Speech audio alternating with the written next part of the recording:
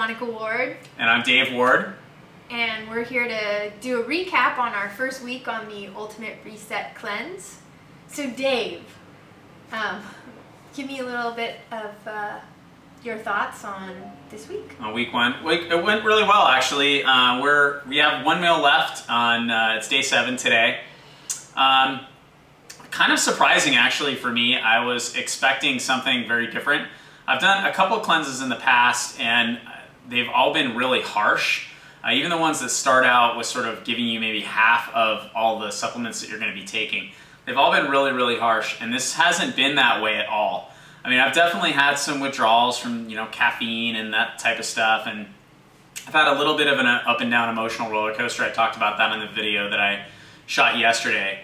But I have to say, overall, my impression is that this is really just, so far, a week of eating super good, super healthy food, taking supplements that are designed to increase your body's alkalinity, restore your body's pH, and drinking a lot of water. And that's kind of been my experience so far. The food has been really, really good. Keep walking away from meals saying, wow, that's something I could eat all the time, or like the salad that we had for lunch today. I just sort of said, wow, if we added chicken to that, I would eat that, every day. So really good so far. I feel really good. Pretty much no coffee cravings or anything like that, and I feel great. How about you? I definitely feel great.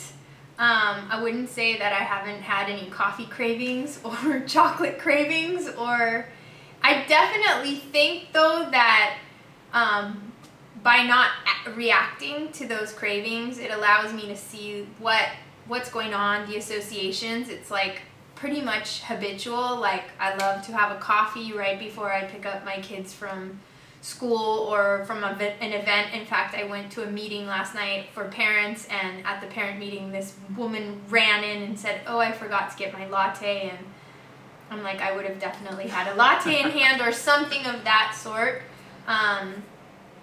The recipes are amazing. I'm gonna be honest, I'm definitely breaking up with tempeh after this cleanse. In fact, I'm pretty certain that we're on the rocks. Yeah. And if there's something that I can sub it with, I'm gonna be done. I hope it doesn't hurt its feelings, but I've had it with tempeh. Sorry, tempeh. I can't make it taste good, and but I do feel great. The recipes and the prep time is so minimal. And that's what surprises me when I grab maybe some processed food in the past, or something just totally that I wouldn't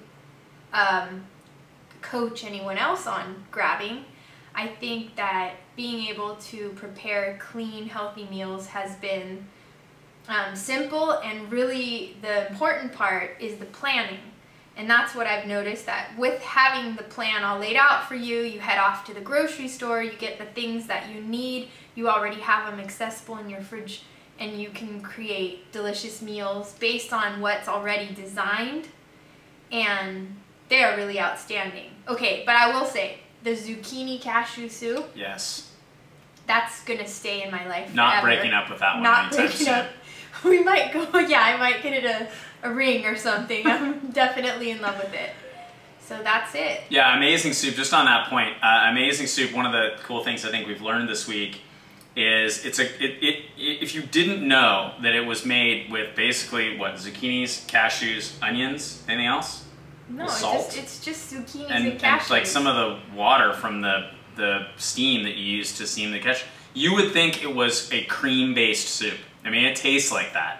Like something that you would have put heavy, like I would have, if I was making the soup, I would have put heavy cream in it, and it would have tasted the same. So small little modifications like that, yes, cashews are gonna be more expensive, but way, way, way more healthy when you look at preparing things. And I think one of the other things that Monica touched on briefly that I think is sort of happening for us, or at least for me anyway, is that habitual nature of the things we do. Something like coffee, I don't even really think about how much coffee I necessarily drink. I know that first thing when I wake up, at least except for the last 10, 15 days, I have had to have a cup of coffee in order to function. But then after that, I know just over the course of the day, I work, this is my office right here. And so I work right here. And a lot of times I'm just, grabbing a coffee or, grabbing something else that maybe isn't the healthiest choice that I can make. And what I love about what the Reset is doing so far is it is starting to establish these simple, healthy habits of preparing your meals. The supplement protocol is really, really simple. I think the first 2 days we were kind of looking at the sheet going, okay, what do we take and when? And now it's just, you know what the next thing is that's coming, and you know what it is to take it, and it's like no big deal. So I think that, a lot of people say it takes 21 days to establish new habits. And that's really a big piece of what I'm looking forward to. And frankly, I can't believe it's the first week already. It's just went by like that. Yeah, it definitely went by. Yeah. Anything else you want to add? No, just coming to you, very color coordinated. And while he's talking, of course, that's all I'm noticing. And we'll come back to you in 2 or 3 more days to talk about the next phase, phase 2, which has a scary thing called detox in it. Yes, phase 2 is the detox. So we'll let you know what that's all about, but so far so good. So anyway, I think that's it for us. Yep. Hope you guys are doing well. We'll talk to you soon.